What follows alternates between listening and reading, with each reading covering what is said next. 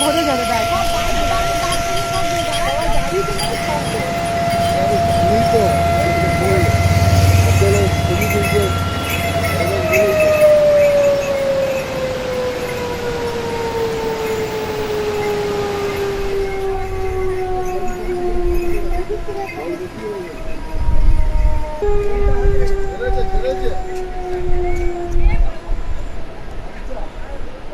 প্রিয় দর্শক, দক্ষিণবঙ্গ জুড়ে ফের আবহাওয়ার ভ্রুকুটি। পশ্চিমবঙ্গের একাধিক জেলায় শুরু হয়েছে বৃষ্টি।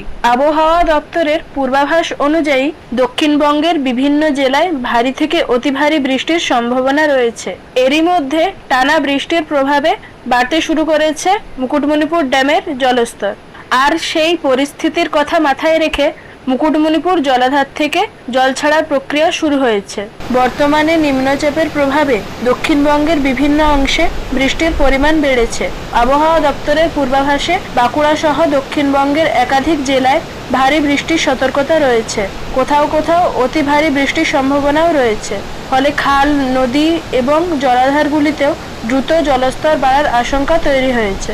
এই পরিস্থিতিতে মুকুটমণিপুর জলাধার থেকে জল ছাড়া একটি গুরুত্বপূর্ণ প্রশাসনিক পদক্ষেপ।